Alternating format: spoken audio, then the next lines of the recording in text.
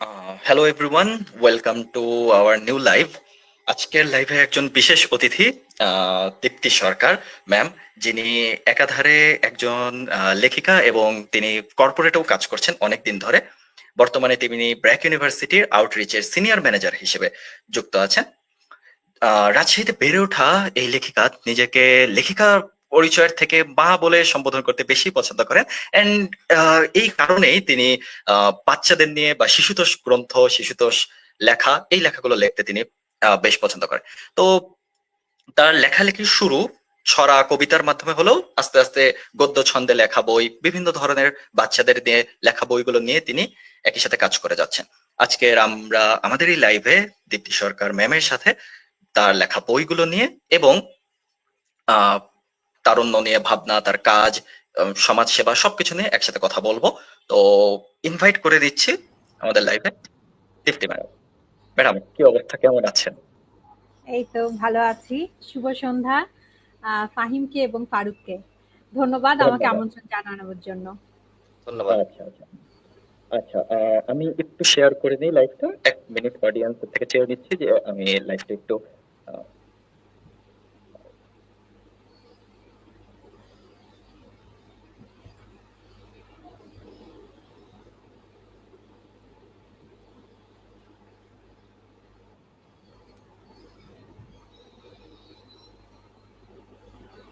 আচ্ছা ম্যাম, তো একদম একটা জেনেরিক প্রশ্ন যেটা বলে, যেটা একটু ক্লিশে শোনালেও এটা দিয়ে শুরু করতে চাই যে ম্যাডাম, আপনার এই লেখিকা হওয়ার যে পেছনের এই ধাপটা বা লেখালেখিতে জয়েন দেওয়া, লেখালেখি শুরু করা, এই পেছনে যাত্রাটা কিরকম ছিল? কেন, কি ভেবে, কখন থেকে শুরু করলেন আসলে ম্যাম লেখালেখিটা? এটা দিয়ে একটু যদি বলেন। ধন্যবাদ। আসলে লেখালেখি শুরুটা বলতে গেলে অনেক আগের থেকে, অনেক ছোটবেলা থেকে। আমি যখন স্কুলে পড়তাম, আমার পড়াশোনা রাজশাহী পিএন গার্লস স্কুলে। ক্লাস 1 থেকে আমি ওখানেই পড়াশোনা করি। তো ছোটবেলা থেকেই বই পড়া, মানে বই পড়তে ভালো লাগতো এবং আহ, কবিতা, বিশেষ করে ছড়া, সুকুমার রায়ের ছড়া, এই কবিতাগুলো আমাকে খুব আকৃষ্ট করতো। তো প্রথম আসলে গল্প না, প্রথম জীবনে প্রথম লেখা শুরু হয়েছিল ছন্দ দিয়ে, ছড়া দিয়ে, কবিতা দিয়ে। এরপরে আমার বাবা ভীষণ আমাদেরকে, আমরা দুই বোন, আমাদেরকে খুব কড়া শাসনের ভেতরে রাখতেন। তো পড়াশোনার বাইরে এক্সট্রা কারিকুলার বলতে এই গান শেখা, ছবি আঁকা, ব্যাস এইটুকুই সীমাবদ্ধ। বাট কবিতা লিখবো এরকম কিছু আর কি কখনো মানে ভাবিনি, বা পরিবার থেকেও এরকম উৎসাহ পাইনি। আমার প্রথম কবিতা, কবিতাটি আমার এখনো মনে আছে, ছদ্মনামে আমি লিখেছিলাম। এবং আমার একজন পরিচিত থ্রুতে আমি রাজশাহীর যে পত্রিকা সোনালী সংবাদে আমি প্রকাশ করি কবিতাটি, ছদ্মনামে লেখা কবিতা। তো এরপরে বাবাকে এনে যখন দেখিয়েছিলাম যে বাবা আমার কবিতা ছেপেছে, বাবা খুব অ্যাপ্রিসিয়েট করেছিল না সেই সময়। তো তারপরে আর কি, তারপরও লিখতাম। আমার কেন জানি কবিতা লিখতে খুব ভালো লাগতো, কবিতা লিখতাম, অনেকটা কবিতা লেখা হয়েছিল।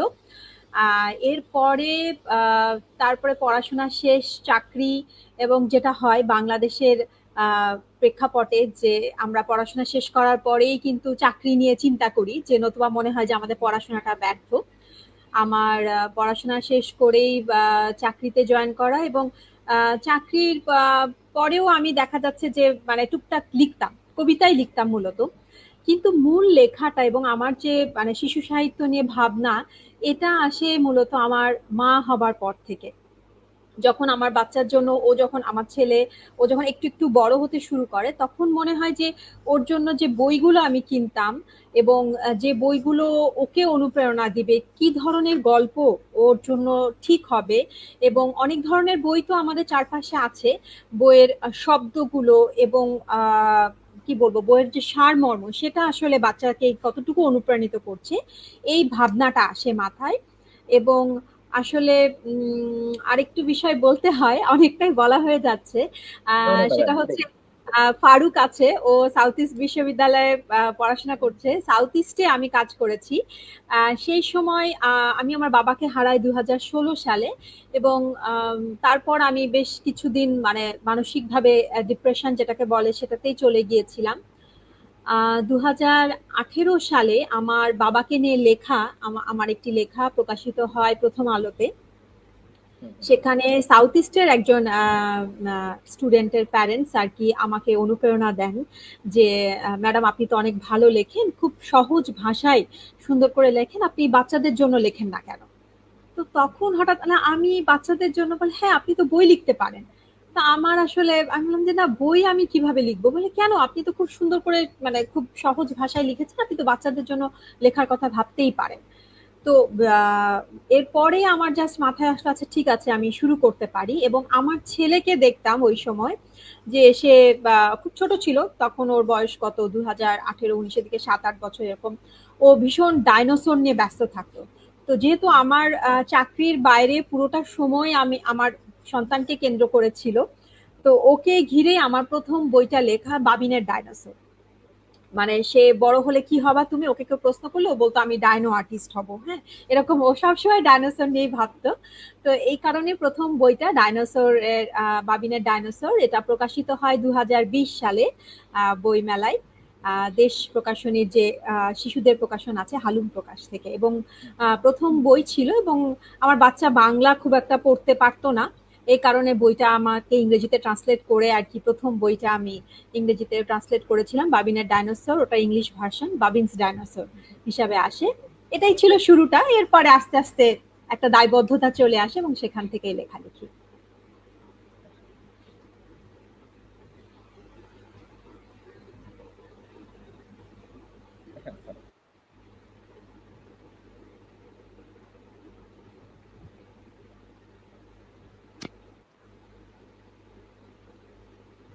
ম্যাম যখন রাজশাহীর কথা বলছিলেন তখন আসলে অনেক কিছু মনে পড়ে যাচ্ছিল, কজ আমার লাইফের অনেক ইম্পর্টেন্ট কিছু সময় রাজশাহীতে আমার কেটেছে। আহ, আচ্ছা, আমি আমার ফার্স্ট কোশ্চেনে চলে যাই। ম্যাম ব্র্যাক বিশ্ববিদ্যালয়ের সিনিয়র আউটরিচ ম্যানেজার হিসেবে দায়িত্ব পালন করছেন, তো নিশ্চয়ই অনেক ব্যস্ত সময় যায়। তো এই ব্যস্ত সময়ের মাঝেও লেখালেখির জন্য সময় বের করেন কিভাবে আপনি?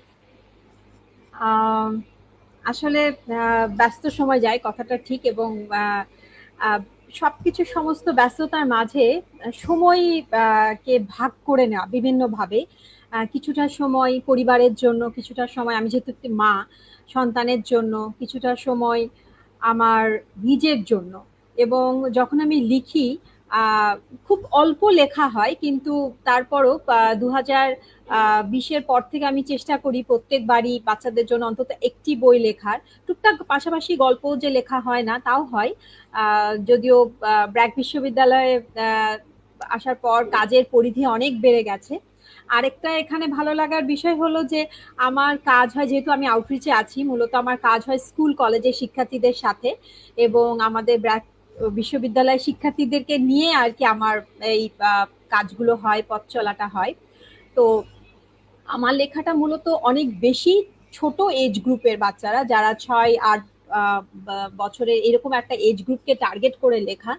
কারণ আসলে আমরা যে চিন্তা করি না, আমাদের চিন্তা চেতনার প্রথম যে বিকাশটা সেটা হয় ওই সময় থেকেই।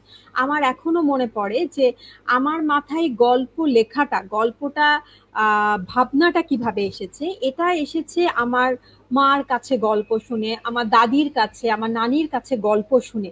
গল্প ব্যাপারটা কিন্তু আমাদের পরিবারের সাথে, বিশেষ করে আমাদের শেকড়ের সাথে আমাদেরকে কিন্তু আটকে রাখে। টোনাটুনির গল্প, পিঠে খাওয়ার গল্প, এই যে ছোটবেলায়, আমি জানি না আপনারা শুনেছেন কিনা, বাট আমাদের ছোটবেলায় আমার মা দাদিদের কাছে আর কি শোনা, সে এই যে গল্পটা, এগুলো কিন্তু কোনো বইয়ে আমি পাইনি, এগুলো কিন্তু তাদের মুখ থেকেই শুনে আসা।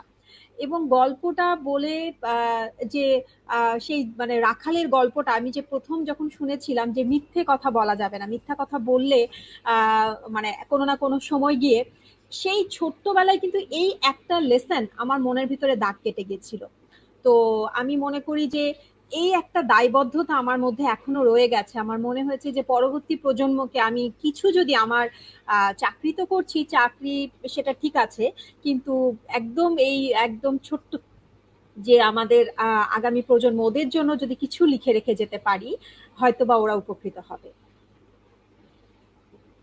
থ্যাংক ইউ ধন্যবাদ সো মাচ। ম্যাডাম। আপনার বইগুলোর নাম যদি আমি একটু বলি, সিরিয়াল হয়তো ভুল হতে পারে। বাবিনের ডাইনোসর, কাঠবিড়ালি ও বাদামওয়ালা, আহ, বাবুই ও চড়াইয়ের বন্ধুত্ব, আহ, লাশটা সমুদ্রের কান্না। ও আচ্ছা, বই পোকা ও ত্রিধান, এটা বাদ গেছে। তো এই প্রত্যেকটা বই সম্পর্কে বা, 2 লাইন করে সংক্ষেপে প্রত্যেকটা বই সম্পর্কে, প্রত্যেকটা বইয়ের গল্প সম্পর্কে, যে ওইটার প্রেক্ষাপট কি ছিল বা গল্পের সারমর্ম, সারসংক্ষেপ যেটাই আমরা বলি, এটা একটু যদি শেয়ার করতেন ম্যাম। আচ্ছা, আমার কাছে বই আছে এই মুহূর্তে আমার হাতে। হ্যাঁ হ্যাঁ আমি হ্যাঁ, একটু প্লিজ দেখাই। আমাদের এই দেখিয়ে যে দেখিয়ে, হ্যাঁ। আচ্ছা। এই দুটো হচ্ছে আমার বাবিনের ডাইনোসর। দেখা যাচ্ছে কিনা আমি ঠিক জানি না। হ্যাঁ হ্যাঁ হ্যাঁ, দেখা যাচ্ছে না ম্যাম।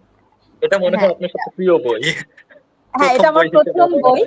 হ্যাঁ, এবং হ্যাঁ হ্যাঁ বইটির প্রচ্ছদ করেছে আমার বন্ধু, আমার কলেজ লাইফের বন্ধু মুশফিক রনো। ও খুব ভালো গ্রাফিক্স ডিজাইনার। ও রাজশাহী বিশ্ববিদ্যালয়ে পড়াশোনা করেছে।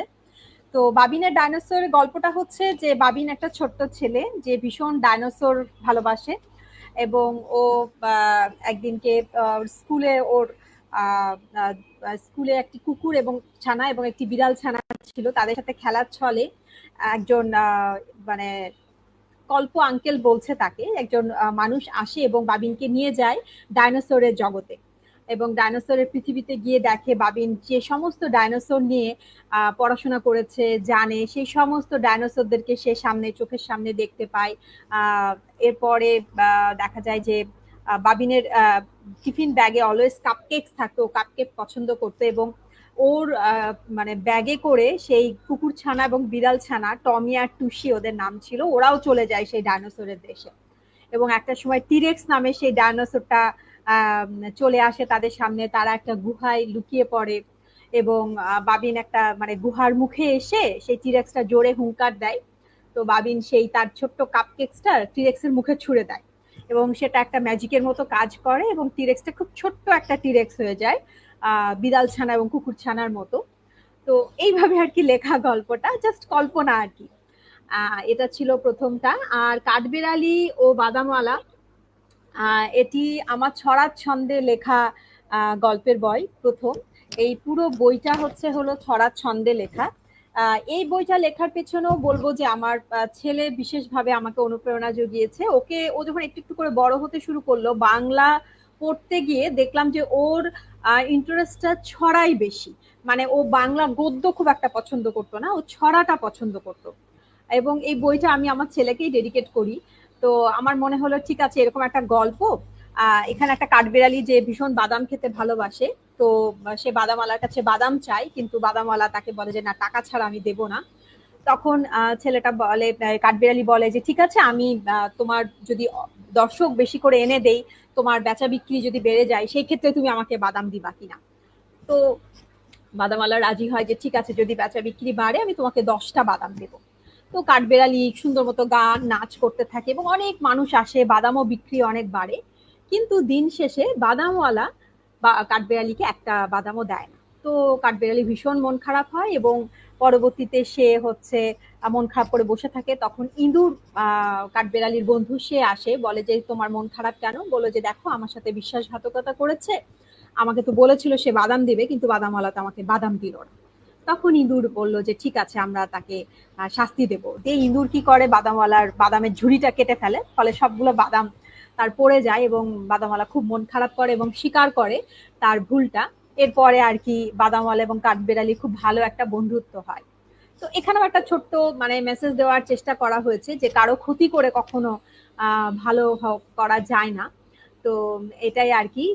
এই কাঠবেড়ালি এবং বাদামওয়ালা এই গল্পের বইটা ব্র্যাক থেকে আর কি সিলেক্ট হয়েছিল, ব্র্যাক এডুকেশন প্রোগ্রাম থেকে। এবং ব্র্যাকের গোটা বাংলাদেশের যে লাইব্রেরি গুলো আছে, ওরা প্রায় 1195 কপি মতো বই নিয়েছিল। এটা আমার একটা অনেক বড় একটা পাওয়া ছিল, যেটা আমার দ্বিতীয় বই। এবং হ্যাঁ, আর এর পরের বইগুলো ঠিক এরকম ভাবেই, এটা আমার তৃতীয় বই, বাবুই ও চড়ুইয়ের বন্ধুত্ব। বাবুই পাখি আমরা জানি যে উইভার বার্ডস, এটা বিলুপ্ত হয়ে যাচ্ছে, কারণ দেখা যাচ্ছে যে বাড়ি ঘর বানানোর জন্য আমরা তাল গাছ তো পাই না এখন চোখে দেখতে, তাই না? বাবুই পাখি নল খাগড়া যা বা যে জিনিসগুলো দিয়ে তারা যে বাড়ি তৈরি করে, সেটাও বিলুপ্ত হয়ে যাচ্ছে। তো এইখানে আর কি এই বাবু এবং চড়ুইয়ের ফ্রেন্ডশিপে দেখা যাচ্ছে যে আহ, এই মানে মেসেজটাই দেওয়া হচ্ছে যে এই জাতীয় পাখিদেরকে যেন আমরা আহ, তাদের বাসস্থানে যেন আমরা ক্ষতি না করি। চড়ুই পাখি তাকে নিয়ে যায় এবং এখানে আমি লাস্টে যে মেসেজটা দিয়েছি যে আমাদের রাজশাহী মানে হরিপুরে একটা জায়গা আছে অনেক দূরে, সেইখানে আর কি এই অনেক তাল গাছ আছে এবং বাবুই পরিবার সেখানে খুব ভালোভাবে বসবাস করছে, অনেক বাবুই পাখিও দেখা যায় ওই জায়গাটায়। আর এর পরের যে বইটা বইপোকা ও ত্রিধা, এটা তাম্রলিপি প্রকাশনী থেকে প্রকাশিত হয়। এই বইটা মূলত আমার এক রিলেটিভস কে নিয়ে লেখা। ছোট্ট একটি মেয়ে ত্রিধা, ও হচ্ছে ভীষণভাবে টিভির কার্টুন দেখতে মানে পছন্দ করত এবং দেখা যাচ্ছে যে ভূতের কার্টুন, তারপরে রাক্ষসের কার্টুন, এই জাতীয় কার্টুনগুলা, এবং ওর প্যারেন্টস খুব অরিড ছিল যে এইভাবে যদি ওর মোবাইল বা টিভিতে এই ধরনের কার্টুনের প্রতি আসক্তি বাড়ে। তো ওকে নিয়েই, এবং এখন সে খুবই ভালো এবং সে ভীষণ বই পড়তে এখন ভালোবাসে বাস্তবেই। ও সানিডেলে পড়ছে, একদম ছোট্ট আমার রিলেটিভ হয়। তো ওকে নিয়েই, ওকে কেন্দ্র করেই বইপোকা ও ত্রিধা এই বইটা লেখা। এবং বইপোকা হচ্ছে এমন একটা ক্যারেক্টার যে এসে ত্রিধাকে বলে যে টিভি দেখলে তোমার চোখের ক্ষতি হবে, তুমি অনেক চিন্তা কিছু করতে পারবে না, কিন্তু যখন তুমি বই পড়বে তোমার অনেক ভালো লাগবে, চলো আমরা আমাদের কাজটা এক্সটেন্ড করি। বইপোকা বই পড়তে ভালোবাসতো আর ত্রিধা টিভি দেখতে। তো এইভাবে তারা কাজ, একে অপরের কাজ পরিবর্তন করে এবং তারপরে ত্রিধার বইয়ের প্রতি ভালো লাগা শুরু হয় এবং ত্রিধা বই পড়তে পছন্দ করে। এটা ম্যাম, হলো এই বইপোকা। পর্যায়ে একটু 1 মিনিট থামাই আপনাকে। এখানে একজন কমেন্ট করেছে, আহ অজন্তা তন্মা আপু, ত্রিধা অনেক মনোযোগ দিয়ে শুনছে এই আলোচনা। তো ধন্যবাদ ত্রিধাকে লাইভে জয়েন দেওয়ার জন্য এবং আলোচনা শোনার জন্য। আহ জি হ্যাঁ, ম্যাডাম। অনেক ধন্যবাদ।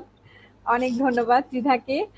সত্যি কথা বলতে আমার লেখা কিছু কিছু কারণে অনেক বেশি আমি মনে করি আসলে বই কয়টা বিক্রি হলো বা কি হলো সেটা বড় সার্থকতা না।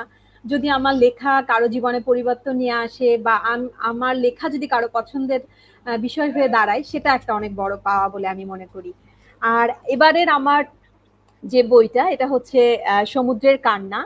এই বইটা মূলত আমি গত বছর ব্র্যাক বিশ্ববিদ্যালয় থেকে ডিজাস্টার ম্যানেজমেন্টে আমার দ্বিতীয় মাস্টার্স কমপ্লিট করলাম।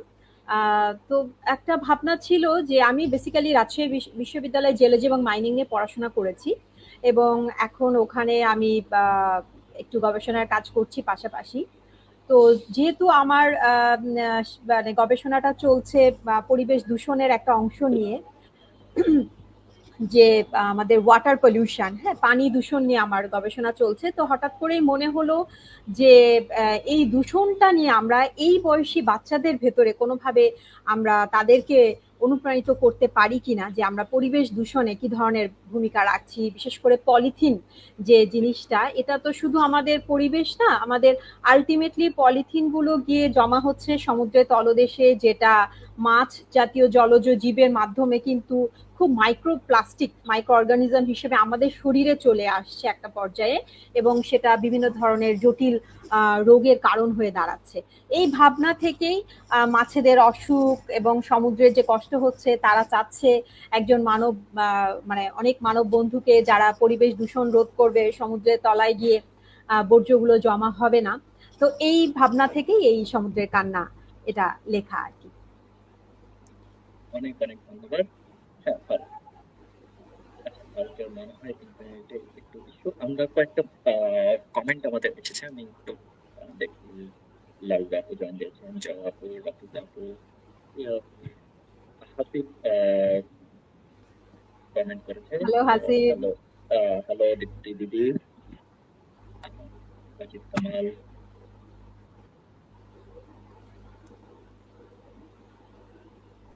সাকিব বিন কাদের। ওনার ওনার নাম কি এই লাইভে নেওয়া হয়েছিল? মানে আপনার কোনো ইয়ার বর্ণনা দিতে, না, বইয়ের সাকিব বর্ণনা। আমার কলিগ। থ্যাংক ইউ সাকিব আচ্ছা আচ্ছা জয়েন আচ্ছা করার জন্য। আচ্ছা আচ্ছা। Hello Kapi, nice to see you. Ma'am আপনার জন্য থ্যাংক ইউ তন্মা। হ্যাঁ, থ্যাংক ইউ। আহ, অনেক মনোযোগ। আচ্ছা ম্যাডাম, এটা তো শুনলাম যে আপনার বইগুলো নিয়ে বর্ণনা। তো এখন আমাদের এই প্রজন্মটা যারা এক কথায় বলতে গেলে বই বিমুখ একটা প্রজন্ম, তো এই বই বিমুখ প্রজন্মের জন্য আপনার কি উপদেশ বা পরামর্শ বা আপনি কি বলতে চাচ্ছেন তাদেরকে যে আহ, বই পড়ার জন্য উদ্বুদ্ধ করতে বলি বা বইয়ের দিকে আবার ফিরে আসার জন্য বলি? এই এই সম্পূর্ণ জিনিস নিয়ে আপনার চিন্তা ভাবনা কিরকম বা কি কি আপনি নিয়ামক বা সলিউশন হিসেবে আপনি কি মনে করেন কি করা দরকার আমাদের? উম, আসলে আহ, আহ, এটি একটি বিশাল বড় প্রশ্ন বলে আমি মনে করি। আম, আমি খুব মানে কাছের থেকে কাজ করছি ইউথদের সাথে। আমার যে এজ গ্রুপটার সাথে আমার চাকরির কারণে কাজ করা, সেটা হচ্ছে আমরা মূলত ক্লাস 9, 10, 11, 12 এবং ইউনিভার্সিটির বাচ্চাদের সাথে আমার কাজ হয়। ইউনিভার্সিটি বাচ্চা বলবো না, আম, আচ্ছা। সবাই অনেক ম্যাচিউর। হ্যাঁ, তো এই সময়টা আসলে হয় কি যে আমি যদি আমার নিজের জীবনের আহ ফিরে যাই সেই দিনগুলোতে যখন আমি এই বয়সটা পার করেছি, অনেক ধরনের প্রশ্ন আসে। অনেক ধরনের প্রশ্ন আসে এবং আমাদের সময়ের আমাদের যে চিন্তা ভাবনা চিন্তা চেতনাগুলো ছিল, এখনকার যুব সমাজে সেই চিন্তা চেতনার ভেতরে অনেকটাই পার্থক্য এসেছে। পার্থক্য এসেছে, প্রথম যে কারণটা আমি মনে করি সেটা হচ্ছে টেকনোলজির একটা বিশাল বড় রেভলিউশন হয়েছে। আমাদের সময় কিন্তু আমরা সংবাদপত্র এবং ম্যাগাজিন এবং গল্পের বই এই তিনটা জায়গাতেই সীমাবদ্ধ ছিলাম। টিভি খুব অল্প পরিসরে ছিল। আমাদের টিভির আমাদের সময়, যে সময় আমি স্কুল কলেজ এই লেভেলে, খুব অল্প কিছু ডিশ এন্টিনা ছিল এবং ডিশের দুই একটা চ্যানেল আসতো। তো সেই সময় মানে আমাদের অনেক বেশি কিছু এক্সপ্লোর করার কিন্তু কিছু ছিল না। হ্যাঁ, এমন না যে আমাদেরকে টিচার ক্লাসে, যখন ইউনিভার্সিটিতেও পড়েছি, আমার হাতে প্রথম মোবাইল এসেছে 2002 সালে। তো তার আগেও, সরি, 2003 সালে আমি প্রথম মোবাইল কিনেছিলাম। তো তার আগেও কিন্তু আমার হাতে মোবাইল ফোন ছিল না, আর ইন্টারনেট তো আরো অনেক পরে এসছে। তো হঠাৎ করে যে মোবাইল ফোনে আমি গুগলে গিয়ে ব্রাউজ করে ফেলবো, এই বিষয়টা আমাদের সময় ছিল না। এখন আমাদের যুব সমাজ, মানে ওদের জন্মটাই হচ্ছে কিন্তু একদম আপডেটেড একটা টেকনোলজির মাধ্যমে। ওদের মাথায় আমরা যে সহজ সরল ভাবে চিন্তাগুলো করি, ওরা কিন্তু ওইভাবে চিন্তা করে না। এবং দেখা যাচ্ছে ওরা ক্রস চেক করার চেষ্টা করে।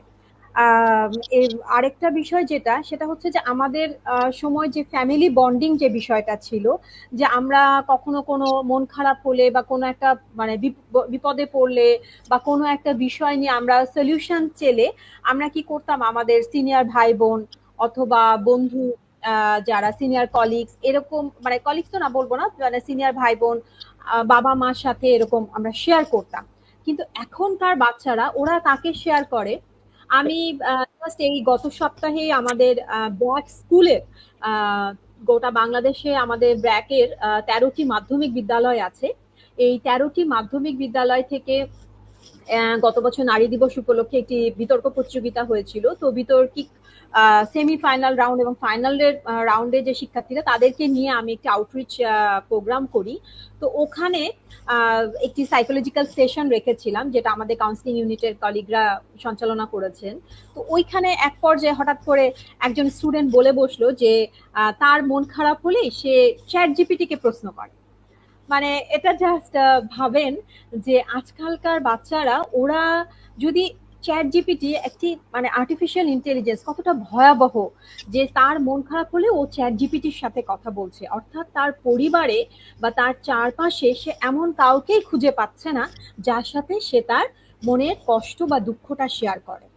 তো আমি বলবো যে আজকে এই যে রাইটার্স ক্লাব বিডি, আমি এখানে আসতে পেরে আমি আন্তরিকভাবে কৃতজ্ঞ। এবং আপনারা যারা, আমি বলবো যে এক প্রকার নেতা, যুব সমাজকে আপনারা নেতৃত্ব দিচ্ছেন, আপনাদের হাত ধরে আমাদের যারা এই মানে পর্যায়ে যারা আসতে চলেছে, তাদের যদি আমরা কোনোভাবে মানসিক সাহায্যটা দিতে পারি, আমার মনে হয় সেটা সব থেকে গুরুত্বপূর্ণ কাজ। এবং বই পড়াটা তো অবশ্যই একটি ভালো জিনিস, আমাদের অনেক কিছু ক্রিয়েটিভ ওয়েতে চিন্তা করতে শেখায়। যদিও অনেক সময় এখন আমাদের, আমি আরেকটি বিষয় দেখেছি আপনাদের এখানে, যে বইটাকে আপনারা অডিও ভিজুয়াল ভাবে উপস্থাপন করছেন, যেটাও আমি বলবো যে একদম জাস্ট এই এই বয়সে পা দেওয়ার আগে, টিনেজ যে গ্রুপটা আমরা বলছি, ঠিক তার আগে যে গ্রুপটা, ওদেরকে এই পড়াশোনা লেখালেখির বিষয়ে একটু আগ্রহ তৈরি করা। আমার মনে হয় যে তাহলে একটি সুস্থ পরিবেশের মাধ্যমে ওরা যদি এই ইয়েটা তৈরি করতে পারে, আমাদের ভবিষ্যৎ সমাজের জন্য অনেক ভালো হবে। ধন্যবাদ ম্যাম, অনেক অনেক ধন্যবাদ আপনার উপদেশ গাইডলাইন এগুলোর জন্য। একদম। ম্যাম, আমি একটু আপনার ছেলেবেলায় একটু ফিরে যেতে চাই, যদিও অনেক দূর পর্যন্ত আমি এগিয়ে এসেছি। তো রাজশাহীতে আপনার ছেলেবেলা কেমন এবং কিভাবে কেটেছে? ছেলেবেলা নিয়ে কিছু বলতে। আহ, রাজশাহী শব্দটা শুনলেই আসলে মন মস্তিষ্ক ভীষণ আনন্দে ভরে ওঠে, যেহেতু সেটি আমার জন্মভূমি। আমার পড়াশোনা শুরুটাই হয় রাজশাহী পিএন গার্লস স্কুল থেকে, এবং স্কুল জীবনটা আমার জীবনের সব থেকে, আমি বলবো যে আমার যে 10টা বছর যদি বলা হয় যে একদম আহ, মানে আসলে সেই সময় আমি গল্পের ভাষায় বলতে গেলে আমি আমার বাবার রাজকুমারী ছিলাম।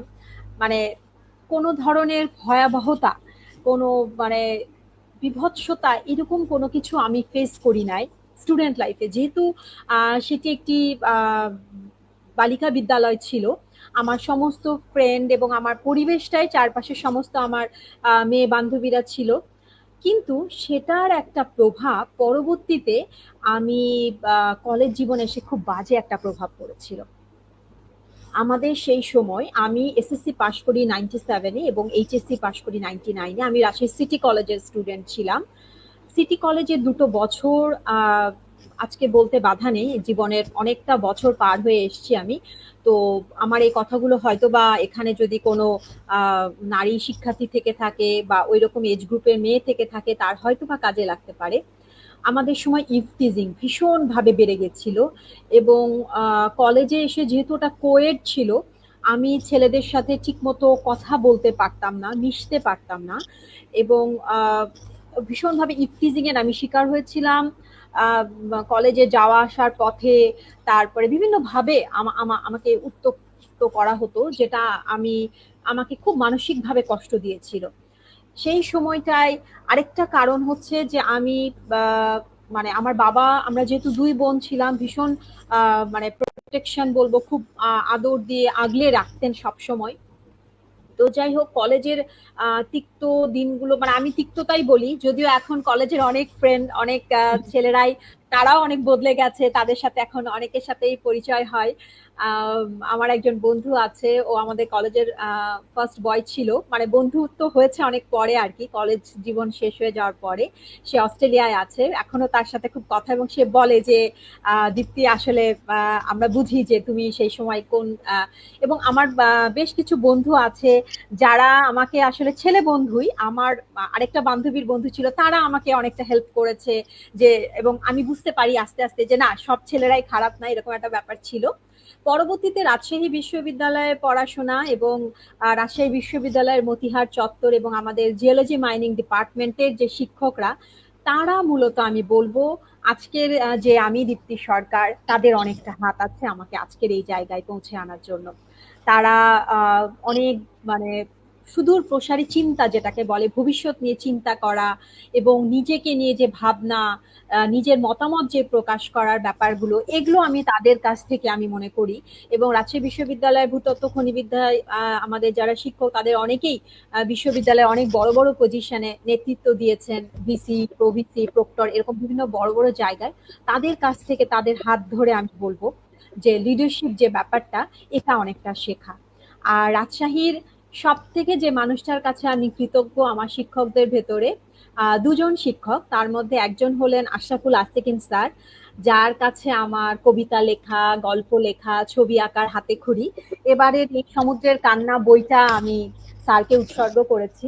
আরেকজন শিক্ষক আমার বিশ্ববিদ্যালয়ে, যাকে আমি বলি আমার দ্বিতীয় বাবা, ডক্টর সোহেল কবির স্যার। স্যার হচ্ছেন আমার আরেকজন অনুপ্রেরণা আর কি মানুষ। তো আসলে বাবা মার পরে যে বলে না, যে শিক্ষকরা অনেক বড় ভূমিকা পালন করেন।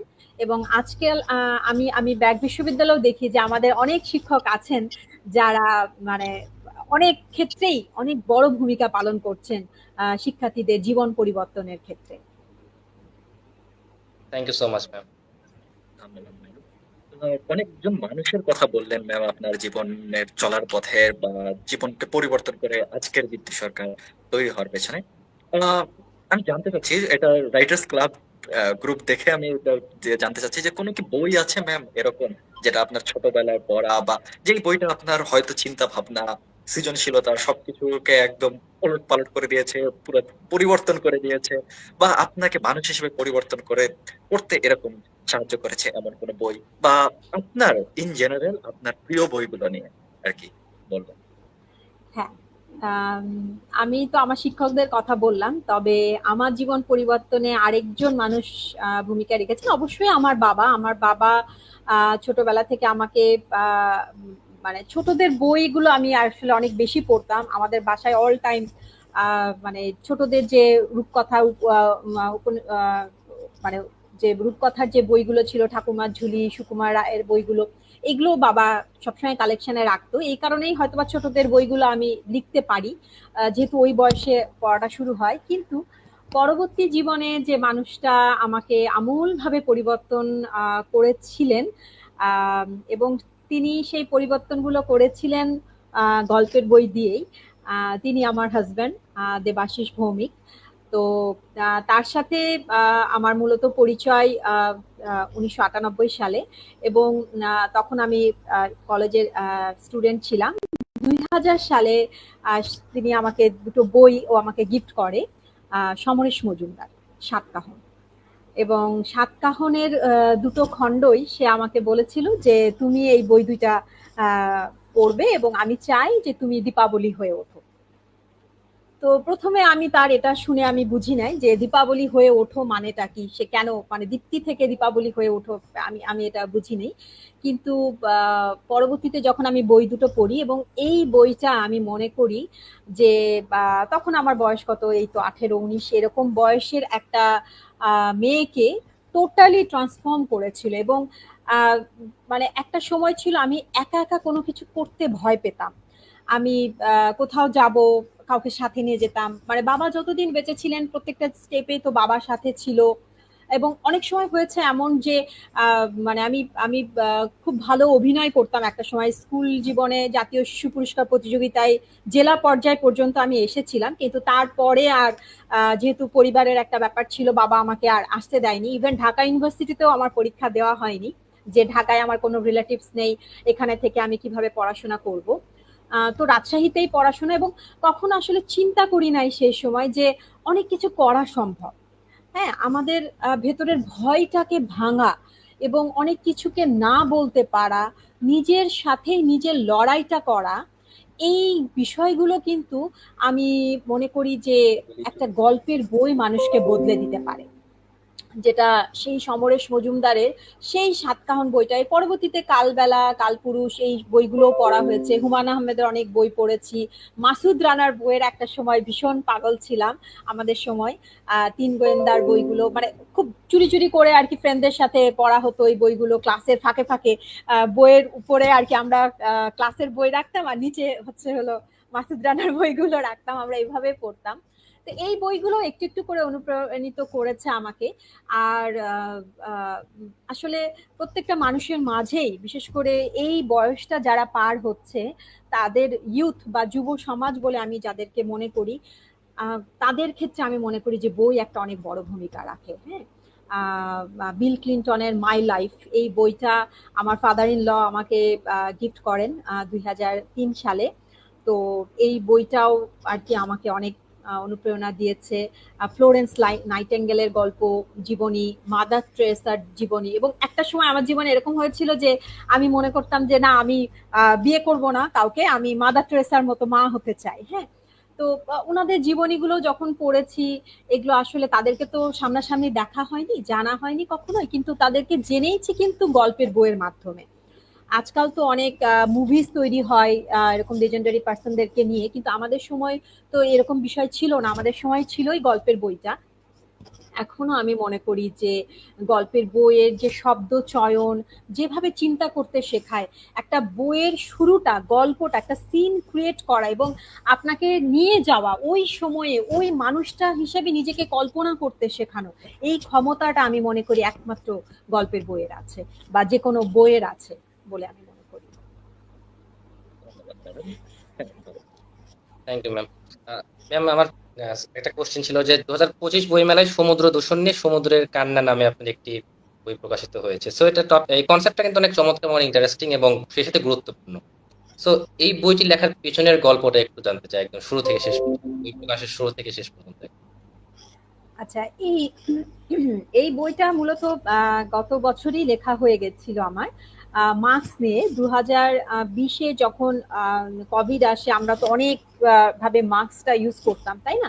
এবং এই মাস্কটা ব্যবহার তো সবাই বলে দিয়েছিল যে রোগ জীবাণু ছড়াবে না, সবাই যেন মাস্ক পরিধান করি। কিন্তু যখন আমরা আমাদের ব্যবহৃত মাস্কটা ফেলে দিতাম যেখানে সেখানে, সেটা যে আরো দূষণের কারণ বা রোগ জীবাণু ছড়ানোর একটা কারণ, এটা আমরা ভাবতাম না। এবং এই মাস্কগুলোর ভিতরেও বিভিন্ন ধরনের ধরন ছিল।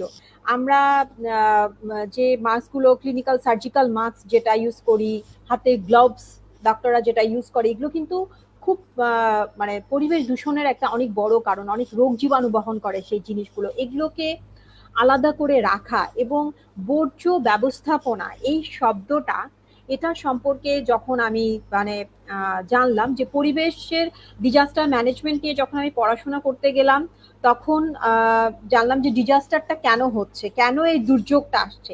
এবং দুর্যোগের পেছনে অনেক ধরনের দুর্যোগের মুখোমুখি তো আমরা হচ্ছি। কিছু আছে ন্যাচারাল, কিছু আছে ম্যানমেড। তো ম্যানমেড যে দুর্যোগগুলো, সেটার ভিতরেই কিন্তু পড়ছে এই কোভিড বা করোনা, এটা একটা মহামারী আমরা পেয়েছি। সেটার ইম্প্যাক্টটা কিন্তু আমাদের সোসাইটিতে বলেন, এবং আমি মনে করি যেটা আরো অনেক অনেক বছর এটার ইম্প্যাক্টটা রয়ে যাবে।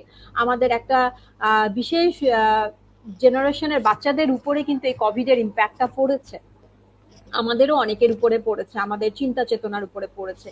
তো এই যে দূষণটা, আসলে ভাবনাটা ওই কোভিড সময় থেকেই মাথায় আসে যে দূষণটাকে আমরা কিভাবে কমিয়ে আনা যায় বা কি করা যায়, এটার ইম্প্যাক্টটা তো পড়ছে। করোনার সময় আমার দুই একটা লেখাও পত্রিকায় প্রকাশিত হয়েছিল। তো ভাবনাটা ছিল সেই সময়, কিন্তু শিশুদের জন্য কিভাবে লিখবো, কিভাবে উপস্থাপন করলে এত ছোট বয়সের বাচ্চারা বুঝবে। তো ওদের ওদের কথা চিন্তা করতেই তখন মনে হলো যে আমরা আসলে ছোটবেলায় কি ভালোবাসি, আমরা তো টেলসাকে পছন্দ করি, আমরা মারমেড কে পছন্দ করি, জাস্ট ওই ওই এজ গ্রুপের কথা চিন্তা করি যদি। তখন মনে হলো যে ঠিক আছে, আমাদের এই যে বর্জ্যগুলো যে দূষিত করছে আমাদের পরিবেশকে, এবং আলটিমেটলি সেগুলো নদী নালা খাল বিল বিভিন্ন মাধ্যমে বাহিত হয়ে কিন্তু আলটিমেটলি সমুদ্রের তলদেশে গিয়েই জমা হচ্ছে। সেইখান থেকে আমার মনে হলো যে মাছেদের যে একটা কষ্ট হচ্ছে, জলজ জীবের যে একটা কষ্ট হচ্ছে, এই আঙ্গিকে বইটাকে লেখা যেতে পারে। এবং মাছেদের রাজা রাজত্ব, এইভাবে গল্পটাকে সাজিয়ে এভাবে লিখি। এবং পরবর্তীতে গল্পের শেষ ধাপে এসে আমি দেখিয়েছি যে মাছেরা বলছে যে মানব সমাজ যদি এই মানে বর্জ্য গুলো আমাদের এখান থেকে মানে না ঠিক মতো করে না ব্যবস্থাপনা করে, আমরা তো তাহলে অসুস্থ হয়ে যাব, দিনের পর দিন আমাদের রাজ্যের ক্ষতি হবে। তো তখন তারা বলছে যে আমরা যদি কোনো মানব বন্ধুকে খুঁজে পাই যারা এই সমুদ্রের পাড়ে যে সমস্ত প্লাস্টিক বা বর্জ্য যেগুলো আছে সেগুলো থেকে আমাদের সমুদ্রকে দূষণমুক্ত রাখবে। তো মানব বন্ধু আর কি, মানে লাস্ট লাইনটা হচ্ছে এরকম যে তুমি কি হতে চাও এরকম একজন মানব বন্ধু। এই ভাবনা থেকে সমুদ্রের কান্না। এবং বইটার নামকরণ করার সময় বাচ্চাদের বইয়ের ক্ষেত্রে বিশেষ করে খুবই একটা ডিফিকাল্ট কাজ হচ্ছে বইয়ের নামকরণ, কারণ ওরা বইয়ের ইলাস্ট্রেশন যেমন একটা অনেক বড় ভূমিকা রাখে। আমার 3টে বইয়ের ইলাস্ট্রেশন করেছে মৌমিতা কর। ও একজন ডাক্তার, চিটাগাঙে আছে। ওর ছবি আঁকানো, মানে আমি লেখক হিসেবে মানে আমার খুব ভালো লাগে। ওকে যখনই আমি বলি যে মৌমিতা আমি এরকম একটা গল্প তৈরি করেছি এবং এরকম ভাবে আমি ছবিগুলো চাই, ও ঠিক একদম আমার মনের মতো করে উপস্থাপন করে। এবং সমুদ্রের কান্না এই বইটাতেও ঠিক একইভাবে মৌমিতা ফুটিয়ে তুলেছে এই সমস্ত গল্পটাকে। অনেক অনেক ধন্যবাদ ম্যাডাম। আচ্ছা, আর এইখানে সমুদ্রের কান্নার হ্যাঁ আরেকটা বিষয় আমি অবশ্যই বলবো, সেটা হচ্ছে বইটি প্রকাশিত হয়েছে প্রসিদ্ধ থেকে। প্রসিদ্ধ হচ্ছে আমার বন্ধু লিঙ্কন, ওর প্রকাশনী, এবং সে খুব ভালো এবং একজন গুণী প্রকাশক। বাচ্চাদের বই আসলে খুব সেন্সিটিভ এখানে প্রত্যেকটা শব্দ। আর এই বইয়ের লেখার পেছনেও বইটাকে পরিশুদ্ধ করে দেখা বা সবকিছুর জন্য মঈন ভাইয়ের কাছে আমি কৃতজ্ঞ। মঈন আহমেদ, উনিও একজন অনেক বড় লেখক, উনিও আমাকে গাইড করেন অলওয়েজ এই লেখালেখির ক্ষেত্রে। আচ্ছা, আমি একটু বলে রাখি, যদি এই বইগুলো যদি আপনারা সংগ্রহ করতে চান, বইগুলো সহজে রকমাই.com এ পেয়ে যাবেন। তো হ্যাঁ, রকমারি আমার ডট কম থেকে প্রসিদ্ধ প্রসিদ্ধ প্রকাশনের কথাতে মনে পড়লো প্রদীপ দাদা, আমরা প্রদীপ দাদা বলি, আপনি মনে হয় লিঙ্কন নামে ডাকেন। আচ্ছা, তো প্রদীপ দাদার সাথে আমাদের একদম রাইটার্স ক্লাবের শুরু থেকে উনি আমাদের বিভিন্ন ক্যাম্পেইনের জন্য যদি বই দেওয়া বলি, দাদা অনেক হেল্প করেছেন। And কথা হয় বই বই মেলায় গেলে বা এমনি দেখলে, আমি ফেসবুকে দেখি ওনাকে। আহ দু একটা কমেন্ট এসেছে, আমি একটু দেখি। আদাব ম্যাডাম, পরিবারের বাচ্চাদের বই পড়া, এটার মনে হয় উত্তর করা হয়েছে। ম্যাম এত হাম্বল, অবশ্যই ম্যাম অনেক হাম্বল। ম্যাম একটা প্রশ্ন ছিল যে অনেক বাচ্চাদের নিয়ে কথা বললেন, তাদের নিয়ে আপনার কনসার্ন সবকিছু শেয়ার করলেন, এবং আপনার পরিবারের অনেকেরকে নিয়ে কথা বললো। তো আপনার সন্তান সম্পর্কে একটু জানতে এখন ইচ্ছা করছে, যে তাকে তো নিশ্চয়ই অনেক কিছু, কারণ আপনি এত গুডি মানুষ, এত ভাবে আমাদেরকে এইটুকু 1 ঘন্টার মধ্যে এত এনলাইটেন করে ফেলছেন।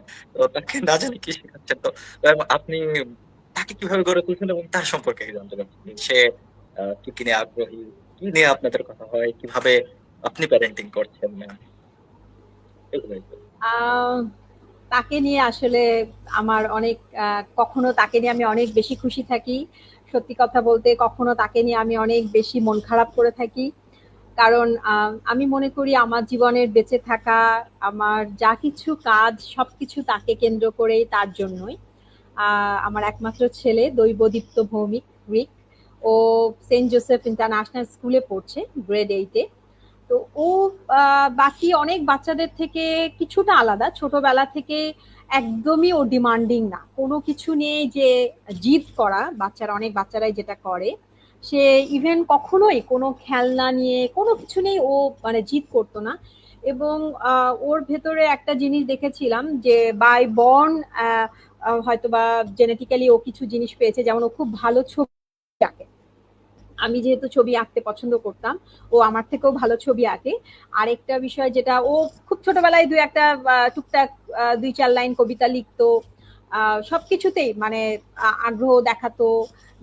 ওর অনেক ক্রিয়েটিভিটি আছে, মানে আমি হয়তোবা ওকে একটা জিনিস ধরিয়ে দিলাম, কিন্তু সে নিজের মতো করে ওটাকে আরো অনেক সুন্দর করে ওটা করতে পারে।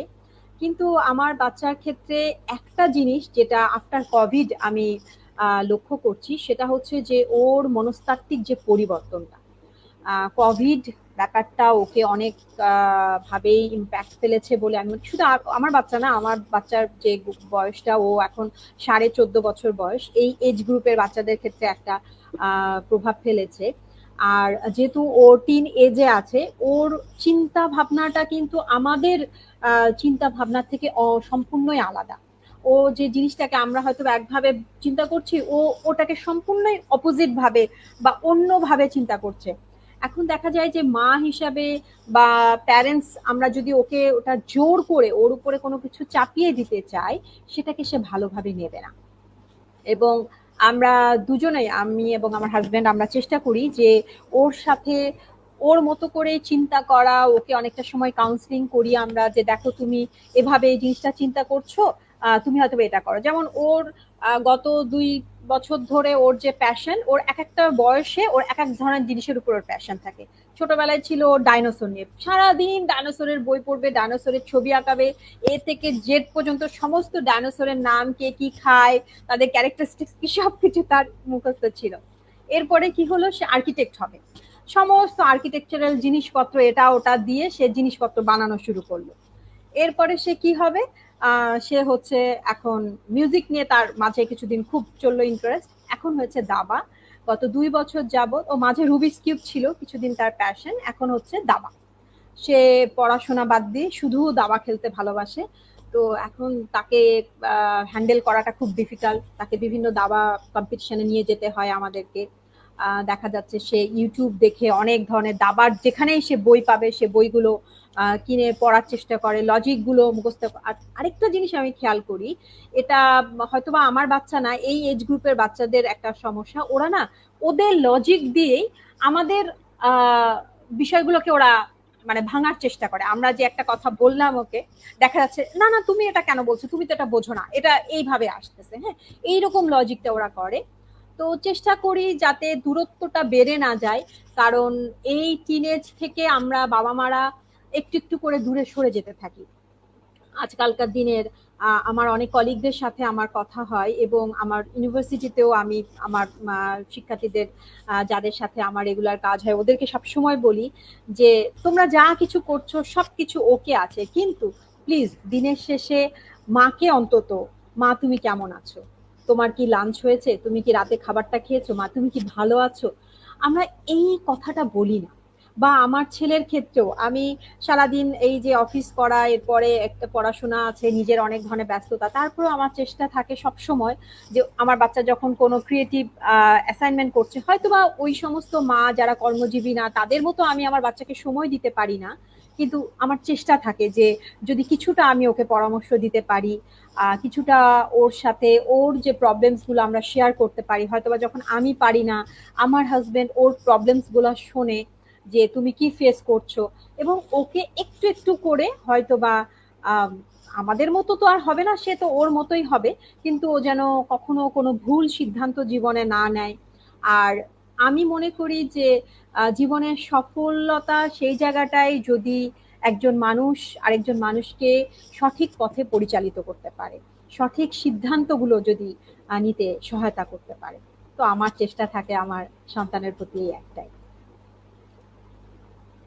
অনেক অনেক ম্যাম যে বলছিলেন যে কোভিড এর পরে আমাদের যে মনস্তাত্ত্বিক পরিবর্তন, এটা কিন্তু আমাদের ক্ষেত্রেও প্রভাব ফেলেছে। আমি নিজের কথাই বলি যে আগে অনেক বেশি বই পড়তে পারতাম, বাট এখন স্ক্রিনের প্রতি যে আসক্তিটা হওয়ার পর থেকে কিন্তু এই অভ্যাসটা অনেকটাই বদলে গিয়েছে।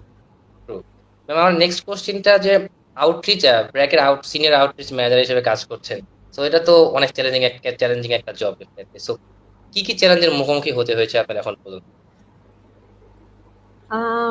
চ্যালেঞ্জের মুখোমুখি বলতে শুরুর দিকে আমি যখন ব্র্যাক বিশ্ববিদ্যালয়ে জয়েন করি তখন প্যান্ডেমিক চলছিল, এবং শুরুতে তো আসলে শিক্ষার্থীদের সাথে আমি ইন্টারাক্ট করতে পারিনি।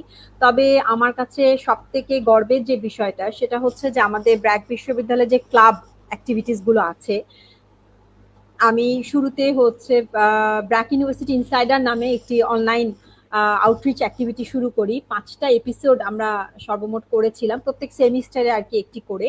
পরবর্তীতে প্যান্ডেমিক কেটে যায় এবং তখন আমরা ইন পার্সন আউটরিচ অ্যাক্টিভিটিস গুলো শুরু করতে পারি। তো সেই সময় আমি যুক্ত হতাম ক্লাবের যারা লিডার্স আছে তাদের সাথে অনলাইনে বিভিন্ন ধরনের মিটিং করতাম, ওদের সহযোগিতা নিয়ে আমরা এই আউটরিচ সেশন এগুলো কন্ডাক্ট করি। এবং পরবর্তীতে যেটা হয় যখন ইন পার্সন কাজ করতে আসলাম তখন দেখা যাচ্ছে যে আমাদের বেশ কিছু শিক্ষার্থীদের ওদের এই সমস্যাটাই ওরা পড়ছে, যে টিনেজ থেকে যেহেতু বাবা মার সাথে একটা দূরত্ব শুরু হতে থাকে, ওরা অনেকেই অনেকভাবে বায়াস হয়ে যেত কোনো খারাপ জিনিসের ব্যাপারে। আবার অনেকেই দেখা যাচ্ছে যে তাদের জীবনের সঠিক সিদ্ধান্ত নিতে পারতো না। আমার মনে আছে, আমি নাম বলবো না, আমাদের একজন শিক্ষার্থী, ওর একটা মানসিক আহ, রোগ ছিল, হ্যাঁ মানে রোগ ছিল বা আছেও বলবো এখন। তো কিন্তু সে খুব ভালো ছবি আঁকে, দুর্দান্ত সে ছবি আঁকে। একদিন হঠাৎ করে সে ব্র্যাক বিশ্ববিদ্যালয়ে আমাদের রেজিস্ট্রার অফিসে আসে, রেজিস্ট্রার স্যার এসে একটা ছবি নিয়ে আসে। তো তখন রেজিস্ট্রার স্যার ওর স্টুডেন্টের সাথে আমার পরিচয় করায় দেয়। তো আমি ওর সাথে যখন কথা বললাম, ও আসলে কখনো ভাবে নাই যে অ্যাডমিনে যারা জব করে তারা, তাদের ভেতরেও কেউ এত সুন্দর করে ফ্রেন্ডলি ওয়েতে কথা বলতে পারে। ওর ধারণা ছিল যে ক্লাস স্টুডেন্টের সাথে শুধুমাত্র শিক্ষকদেরই একটি সম্পর্ক হয়, শিক্ষকদেরকেই বলা যায়, এবং ও শিক্ষকদেরকেও ঠিক মতো বলতে পারছো না। ও ভীষণ ভালো ছবি আঁকে এবং ও ঢাকা বিশ্ববিদ্যালয় চারুকলায় ও চান্স পেয়েছিল, কিন্তু ওর প্যারেন্টস চেয়েছে যে ও সিএসসি তে পড়ুক, এবং ব্র্যাক বিশ্ববিদ্যালয়ে ওকে সিএসসি তে ও চান্স পায় এবং ওকে সিএসসি তে ভর্তি করে, কিন্তু ওর সিএসসি ভালো লাগছিল না, ভালো লাগছিল না। পরবর্তীতে ওর সাথে অনেকটা কথা হয় এবং আমরা জানতে পারি যে ও একটা অনেক বড় আকারের একটা মানসিক অসুখের ভেতর দিয়ে পার হচ্ছে, এবং আমাদের কাউন্সিলিং ইউনিটের সহায়তাও সে নেয়। পাশাপাশি আমি চেষ্টা করি ওকে সাপোর্ট দেওয়ার। হ্যাঁ, কোনো কারণ কোনো উদ্দেশ্য কোনো কিছুতেই না, জাস্ট ওকে ওর ভেতরে এরকম একটা ট্যালেন্ট আছে, এটা তো নষ্ট হয়ে দিতে যাওয়া যায় না। ওকে সাপোর্ট দিতে থাকি। অনেক দিন এমন হয়েছে ও হোয়াটসঅ্যাপে ও আমাকে টেক্সট করেছে, ওর সাথে অনেক কথা হয়েছে যে হ্যাঁ আপনি এখন এটা নিয়ে পড়াশোনা করেন, আমরা আছি, আমরা সবাই আপনাকে সাহায্য করব। এইভাবে একটু একটু করতে আমাদের ব্র্যাক ইউনিভার্সিটির যে রেসিডেন্সিয়াল ক্যাম্পাস, সেখানে সে যায় 3 মাস রেসিডেন্সিয়াল সেমিস্টারে থাকার পরে তার ভেতরে একটা অনেক বড় ধরনের পরিবর্তন আসে এবং অবিশ্বাস্যভাবে ওকে অবশ্য মানে শুরুতেই আমরা আরেকটা যে কাজ করেছিলাম যে ওর প্যারেন্টসকে সামহাউ কনভিন্স করে ওকে আমরা সিএসসি ডিপার্টমেন্ট থেকে ইংরেজি ডিপার্টমেন্টে নিয়ে আসি, যেটা ও মানে যেটার পাশাপাশি ও পড়াশোনা করে ও ছবি আঁকাটা কন্টিনিউ করতে পারবে। এবং ও আমার একজন বড় ভাই, আমার একজন কলিগ, এক্স কলিগ, একজন ঔপন্যাসিক, তার একটি বইয়ের প্রচ্ছদও সে করে। আহ, মোটামুটি সে খুবই ভালো রেজাল্ট করেছে, তার সিজিপিএ 3.5। সে খুব ভালো রেজাল্ট করছে এবং অনেকটাই সেই সমস্ত সমস্যা, মানসিক সমস্যাগুলো থেকে তো মানুষ একদিনে বের হতে পারে না। শারীরিক সমস্যাগুলো যেমন আমরা খুব অল্প সময় রিকভার করে যাই ওষুধ খেয়ে, কিন্তু সেই স্টুডেন্টটাকে আমি দেখলাম পরবর্তীতে সে অনেকটাই ওভারকাম করেছে। এখন সে অনেক বড় ধরনের ইভেন্টে কন্ট্রিবিউট করছে অনেক বড় মাত্রায়। ভিসি স্যার, আমাদের বোর্ড অফ ট্রাস্টি, অনেকেই তার অনেক প্রশংসা করেছে এবং এটা আমার কাছে একটা অনেক বড় পাওয়া। আর এরকম ওর মতো আরো বেশ কিছু স্টুডেন্টের সাথে আমাদের কথা হয় এবং চেষ্টা করি আমি, যদিও এটা আমার জবের কি রেসপন্সিবিলিটি না, তারপরও মনে হয় যে যদি বন্ধু হয়ে কারো মানে কোনোভাবে যদি তাকে সহযোগিতা করা যায়। আর আমি মনে করি যে আহ, আমরা এখানে ইউনিভার্সিটিতে যারা অ্যাডমিনে আছি বা ফ্যাকাল্টি হিসেবে যারা আছি, আমাদের প্রথম এবং প্রধান কাজই হচ্ছে শিক্ষার্থীদেরকে। আরেকটা বিষয় যেটা আমি বিলিভ করি যে একজন শিক্ষার্থী সে কিন্তু শুধুমাত্র তার বাবা মা থেকে, যেমন একটা বাচ্চা বাসা থেকে শুধু বাবা মার কাছ থেকেই শেখে না, বাচ্চাটা কিন্তু বাসার যে সহকর্মী আছে, গেটের যিনি দারোয়ান আছে, সবার কাছ থেকে কিন্তু বাচ্চাটা শিখতেছে, তাই না? ঠিক সেরকম ভাবে একজন শিক্ষার্থী যখন একটি বিশ্ববিদ্যালয়ে আসে, সে শুধু ক্লাসরুমে শিক্ষকদের কাছে না, সে কিন্তু শিখছে তার অ্যাডমিনে যারা আছেন, গেটের সিকিউরিটি গার্ড বলেন, প্রত্যেকটা মানুষের কাছ থেকে কিন্তু সে শিখছে। এবং সেই জায়গাটা থেকে আমরা যদি ওদেরকে একটু সহযোগিতা করি, আমার মনে হয় ইউথ জেনারেশন বা আপনারা যারা আছেন আরো দেশের জন্য, সমাজের জন্য অনেক বড় জায়গায় কন্ট্রিবিউট করতে পারবেন। Thank you so much. Ma'am, আপনার এত ভালো ভালো কথা শুনে একটা মধুর বিড়ম্বনা করেছে, সেটা হচ্ছে যে অনেকেই ইতোমধ্যে আমাদের পেজেও নক করেছেন, আমাদেরকেও আপনাকে নিয়ে পোস্ট করার পর সেটা যে ম্যাডামের সাথে কিভাবে যোগাযোগ করব, বা ম্যাডাম আমি তো ব্র্যাক ইউনিভার্সিটিতে পড়ি না, ম্যাডামের সাথে হয়তো কোনো প্রজেক্ট নিয়ে আলোচনা বা বই কেন্দ্রিক কোনো হয়তো কোনো আইডিয়া। অনেক অনেককে বললেন যে আপনি সমস্যায় পড়লে আপনি সমাধান দিয়েছেন বা আপনি তাদের সাথে টাচে থাকছেন। তো ম্যাডাম, এই রিলেটেড কিছু কি বলে দিবেন যে কিভাবে আপনি তাদেরকে হেল্প করতে পারবেন বা তারা কিভাবে আপনাকে রিচ করতে পারবে? আমি কি মেইল আইডিটা দিয়ে দিব? হ্যাঁ, আমার ইমেল আইডি দিতে পারেন। আর বিষয় হচ্ছে যে আমাদের ব্র্যাক বিশ্ববিদ্যালয়ের একটি অনেকগুলো ক্লাব আছে, আমরা অনেক ধরনের ইভেন্ট করে থাকি। আর যদি আমি বলবো এই হাসিব ছিল একটু আগে, আমি জানি না এখন হাসিব আছে কিনা, আমাদের সোশ্যাল ইম্প্যাক্ট ল্যাব আছে, যেটা থ্রুতে আমরা বিভিন্ন ধরনের প্রজেক্ট করছে। হাসিব হচ্ছে সোশ্যাল ইম্প্যাক্ট ল্যাবের ও কো ফাউন্ডার। সৃজন, ও এখন ইউএসএ তে আছে, ও ফাউন্ডার ছিল। তো ও এখন ওখানে মাস্টার্স করতে চলে গেছে, এখন হাসিব এটার দায়িত্বে আছে। সোশ্যাল ইম্প্যাক্ট ল্যাবের থ্রুতেও শুধু ব্র্যাক বিশ্ববিদ্যালয়ের শিক্ষার্থীরা না, অন্যান্য অনেক বিশ্ববিদ্যালয়ের শিক্ষার্থী বিভিন্ন ধরনের সোশ্যাল প্রজেক্টে, সোশ্যাল যে প্রবলেম, সমাজের যে সমস্ত সমস্যা, এই সমাধানগুলোর সাথে একসাথে কাজ করতে পারে। ইভেন আমি যেহেতু স্কুল এবং কলেজের, এখানে আমি জানি না স্কুল কলেজের বাচ্চারা আছে কিনা, যদি হয় এমন যে স্কুল কলেজের বাচ্চাদেরকে নিয়েই তো মূলত আমার আউটরিচে কাজ হয়ে থাকে, এবং চেষ্টা করি তাদেরকে, আমার প্রত্যেকটা আউটরিচ ইভেন্টটা এভাবে প্ল্যান করা থাকে যে তারা তাদের মানসিক স্বাস্থ্য, মানসিক শরীর এবং মন একে অপরের সাথে যুক্ত। সো আমাদের এই ব্যাপারটা নিয়ে আমাদের কাউন্সিলিং ইউনিট একটি সেশন নিয়ে থাকে। এরপরে পড়াশোনা, কোন বিষয়ে পড়বো। আমি মনে করি যে প্রেশারটায় আমি ছিলাম আমার ছেলেবেলায়, আমি আবারও ফিরে গেলাম যে আমার বাবার একমাত্র ইচ্ছা ছিল যে আমি মেডিকেলে পড়বো। তো আমারও ছোটবেলা থেকে, আমার তো নিজের কোনো ইচ্ছা ছিল না, বাবা যা বলবে তাই, তো মেডিকেলেই পড়বো। 0.5 মার্কসের জন্য আমি মেডিকেলে চান্স পেয়েছিলাম না, এবং এই কারণে আমার বাবা আমার সাথে 1 মাস কথা বলেছিল না। আপনারা জাস্ট চিন্তা করে দেখেন যে এইচএসসি পাশ করা একটা মানুষ, আহ যার জীবনে সবকিছু বাবাকে কেন্দ্র করে ছিল, সেই বাবা তার সাথে 1 মাস কথা বলতেছে না। ওই একটা মাস আমি ভীষণ ট্রমার ভেতর দিয়ে গিয়েছিলাম, ভীষণভাবে ট্রমার ভেতর দিয়ে গিয়েছিলাম। এবং সেই সময় তো আসলে এই ট্রমা থেকে ওভারকাম করার কেউ ছিল না। তো আমি, আমার যতদূর মনে পড়ে যে সেই সময় আমি জাস্ট ছবি আঁকতাম, বিভিন্ন ধরনের ছবি আঁকতাম এবং কবিতা লিখতাম। এইভাবে আমি নিজেই নিজেকে কাউন্সিলিং করছি, হ্যাঁ, সেই সময়টাই। তো পরবর্তীতে যাই হোক, আমি বিশ্ববিদ্যালয়ে, এবং আমার বাবা মানে পরবর্তীতে অনেক গর্ববোধ করেছেন। আহ, বাবা মানে বলেছিলেন যে না, আমি যেখানে ছিলাম বা যেটুকু অর্জন করেছি এটা তার জন্য অনেক বড় কিছু। তো হয়তো মেডিকেলে গেলে আমার জীবনটা অন্যরকম হতো, কিন্তু মানুষের ডাক্তার হয়ে তো শুধু শরীরের চিকিৎসা করা যায়, কিন্তু মানুষের মনের চিকিৎসা কিন্তু করা যেতে পারে। বিশেষ করে আমি এখন যে দায়িত্বে আছি, আমি মনে করি যে আমি খুব ভালো একটি কাজের সাথে যুক্ত আছি, আপনাদের সাথে কাজ করতে পারছি, এবং আপনাদের থেকে যারা ছোট, যারা আপনাদের জায়গায় আগামী 3-4 বছরের মধ্যেই চলে আসবে, তাদের সাথে আমার কাজ করার একটা সুযোগ তৈরি হয়েছে। এবং বিভিন্ন কিছুর মাধ্যমে এবং আমাদের এই আউটরিচ অ্যাক্টিভিটিস গুলোর মাধ্যমে আমরা যে স্কুল কলেজে প্রোগ্রামগুলো করছি, অনেক সময় আমাদের ইউনিভার্সিটিতে সেই স্কুল কলেজের বাচ্চাদের নিয়ে এসে যে প্রোগ্রামগুলো করছি, এর মাধ্যমে আমরা তাদের সাথে যুক্ত হতে পারছি। তাদের সম্পূর্ণ সমস্যার সমাধান তো সম্ভব না, কিছুটা সমস্যার সমাধান আমি করতে পারছি, এবং এটার জন্য অবশ্যই আমাদের ব্র্যাক বিশ্ববিদ্যালয়ের কর্তৃপক্ষের কাছে আমি কৃতজ্ঞ।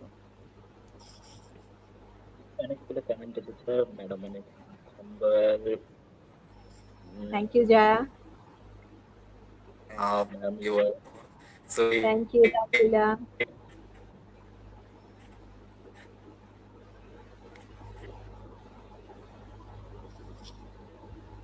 ফাইম ভাই নেটে মনে হয় একটু সমস্যা হচ্ছে। ম্যাম আমার কথা কি শোনা যাচ্ছে তো না?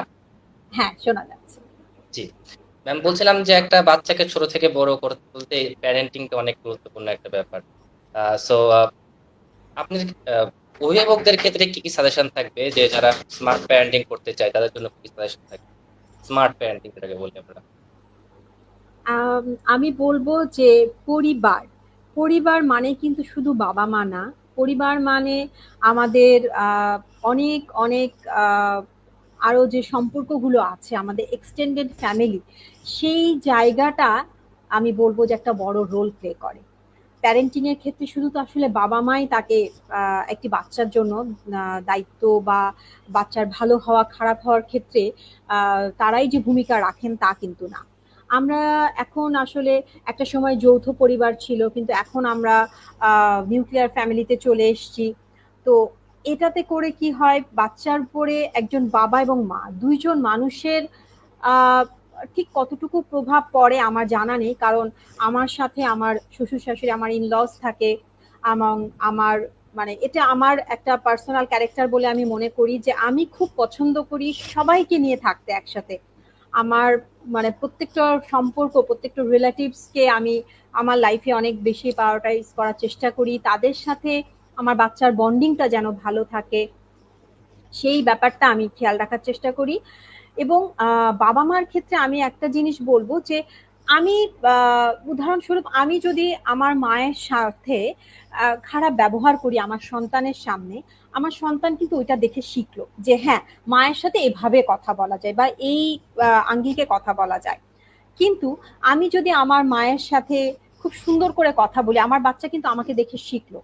হয়তোবা আমার একটা দুঃসম্পর্কের আত্মীয়, উনি হয়তোবা আমাকে ফোন করেছেন, আমি হয়তোবা অনেক ব্যস্ত, অনেক কিছুর মধ্যে আমি আছি, কিন্তু তাকে যদি আমি সুন্দর করে উত্তরটা দেই এবং তার সাথে আমি একটু সময় নিয়ে কথা বলি, আমার বাচ্চা কিন্তু ওটা দেখে শিখলো যে না, অনেক দুঃসম্পর্কের আত্মীয় হলেও সে আমাদের জীবনে কিন্তু একটা অনেক মূল্যবান ভূমিকা পালন করে। এই জিনিসটা না আমরা অনেকেই আজকাল বুঝি না। আমরা মনে করি কি যে আমি একা, আমি একাই থাকবো, আমি একাই আমার সন্তানকে, আসলে একা কোনো কিছু করা সম্ভব না। আজকে আমার বাচ্চার যে ক্যারেক্টার গুলো, জিন, তার বংশ তো বহন করছে, তাই না? কিছুটা তো আমার ইনলস ফ্যামিলি থেকে এসছে, কিছুটা আমার ফ্যামিলি থেকে এসছে, তাই না?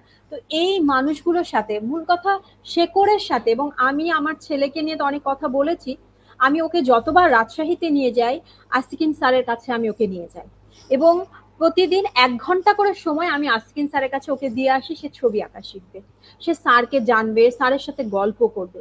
কারণ যে মানুষটা আমাকে বদলেছে, আমাকে চিন্তা করতে শিখিয়েছে সমাজের জন্য, দেশের জন্য, ঠিক সেই মানুষটা যদি আমার ছেলেকেও বদলে দিতে পারে, তো আমরা কিন্তু জীবনে অনেক বড় বড় জায়গায় চলে যায়, অনেক বড় বড় পজিশনে চলে যায়, কিন্তু ভুলে যায় আমাদের স্কুলের সেই শিক্ষকদের, ভুলে যায় আমাদের সেই শিক্ষকদের হাত ধরে আসা, মানে যে শিক্ষকরা আমাদেরকে এই জায়গায় নিয়ে এসেছে তাদেরকে আমি ভুলে যাই, যেটা মানে আমি পেরে উঠিনি, আমি এখনো পারি না। সেই প্রতিদিন সৃষ্টিকর্তার কাছে আমার শিক্ষকদের জন্য, স্কুলের শিক্ষক হ্যাপি আপা, দুলি আপা, শ্রাবণীদি, মালা আপা, সবার কথা মনে আছে। আমার ইউনিভার্সিটির শিক্ষকদের কথা আমি মনে করি, তাদের সুস্থতার জন্য সৃষ্টিকর্তার কাছে প্রার্থনা করি, এবং আমি চাই যে আমার সন্তানও যেন ঠিক এই জিনিসটাই, জীবনে কত টাকা রোজগার করলাম বা কোন পজিশনে গেলাম, এটা একটা মানুষের ভালো মানুষ হয়ে ওঠার মাপকাঠি হতে পারে না।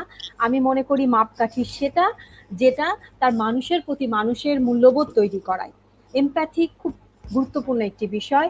এবং আমার বাচ্চাকে আমি শেখাই যে আমার বাসায় যে রান্নার দিদি আসে তাকে তুমি আন্টি বলে সম্বোধন করবে, আমার যে সহকর্মী আসে যাকে ছাড়া আমার বাসা অপরিচ্ছন্ন থাকবে, যে আমার পরিষ্কার পরিচ্ছন্নতায় সাহায্য করে, তাকে তুমি আন্টি বলে ডাকবে, তাকে সমান সম্মানটা দেবে। এই ছোট ছোট জিনিসগুলো মিলেই তো আমার পরিবার। আমার পরিবার তো আমি, আমার হাজবেন্ড, আমার বাচ্চা নিয়ে না। এবং আমি অন্যান্য অভিভাবক যদি থেকে থাকেন তাদের সবাইকেও আমি এই অনুরোধটা করব যে সবাই মিলে আমরা একসাথে বাঁচি, তবেই আমরা একটা সুন্দর পৃথিবী, সুন্দর একটি আগামী ভবিষ্যৎ, আগামী একটি প্রজন্মের জন্ম দিতে পারবো। একা আমরা কিচ্ছু পারবো না, একা একা মা হওয়া যায় না। Thank you so much ma'am. আমি এই পুরো লাইভটার এই পার্টটা কেটে যদি আবার আপলোড করতে করার সুযোগ থাকে সেটা আমি করার চেষ্টা করবো। Thank you so much. চেষ্টা করবো। প্রদীপ দাদা বেশি বেশি গুরুত্বপূর্ণ কথা বলার জন্য ধন্যবাদ। আপনাকে ধন্যবাদ দাদা লাইভে থাকার জন্য। আয়শা আপু, ম্যাম অনেক কিউট। সবাই একটা কমেন্টই করে যাচ্ছে ma'am cute, ma'am cute, Gen Z টার্মে যদি বলি। থ্যাংক ধন্যবাদ ইউ। সবাইকে যারা এতক্ষণ যুক্ত ছিলেন। ম্যাম একদম লাইভের শেষ পর্যায়ে শেষ একটা প্রশ্ন দিয়ে আমি শেষ করব যে আহ, আমাদের রাইটার্স ক্লাবের জন্য বা আমরা যারা বই নিয়ে কাজ করছি আমাদের জন্য যে কোনো ম্যাম আপনার আদেশ, উপদেশ, পরামর্শ, অনুরোধ, ভালো লাগা, মন্দ লাগা, আপনি যা আপনার ওপিনিয়ন শেয়ার করতে চান, যে কোনো দিক নির্দেশনা ম্যাম যদি দিতে চান আম, কিভাবে বলবেন? আমি বলবো যে রাইটার্স ক্লাব বিজির অনেক সদস্য আছে যারা অনেক ভালো ভালো বই লিখেছে, এবং তাদের বইয়ের ছোট ছোট ইন্ট্রো যদি ভিজুয়াল কোনো মানে অডিও ভিজুয়ালের মাধ্যমে যদি ছোট্ট করে প্রেজেন্টেশন দেওয়া যেত এবং ওটা যদি আমাদের সাথে শেয়ার করা যায়, যেমন ফাহিম আছেন ব্র্যাক বিশ্ববিদ্যালয়ে, ফারুক আছেন সাউথ ইস্টে, আপনাদের তো অনেক ধরনের অনুষ্ঠান হয়, বিভিন্ন ধরনের আমরা উপহার দেই আমাদের যারা গেস্ট আসেন, তো সেই জায়গায় যদি আমরা আমাদের শিক্ষার্থীদের লেখা, রাইটার্স ক্লাব বিডিতে অনেক ব্র্যাক বিশ্ববিদ্যালয়ের শিক্ষার্থী আছেন যারা বই প্রকাশ করেন, লিখছেন, সাউথ ইস্টের আছেন, তাই না ফারুক? তো তাদেরকে নিয়ে এভাবে প্রত্যেকটা বিশ্ববিদ্যালয়ের শিক্ষার্থীরাই যদি তাদের বন্ধুদের আহ, আহ, লেখা বইগুলোকে প্রমোট করে, এবং আমাদের যখন গেস্ট আসে, আমরা যখন কোনো ইভেন্ট অর্গানাইজ করি, তখন আমরা যে গিফটগুলো দেই, সেই উপহারের মাধ্যমে আমরা যদি আমাদের ওই বইগুলোকে তাদেরকে দেই এবং তাদের কাছ থেকে পরবর্তীতে যদি ফিডব্যাকটা নেই যে আপনার বইটা স্যার আপনি পড়েছিলেন বা ম্যাম পড়েছিলেন কিনা, কেমন লাগলো, আমার আর কোথায় কোথায় যদি আমাকে একটু বলেন, মানে সুযোগ আছে কারেকশন করার, সেই কাজটা যদি আমরা করতে পারি সম্মিলিতভাবে, আমার মনে হয় একটা অনেক বড় এবং সুন্দর একটা কমিউনিটি আমরা তৈরি করতে পারবো।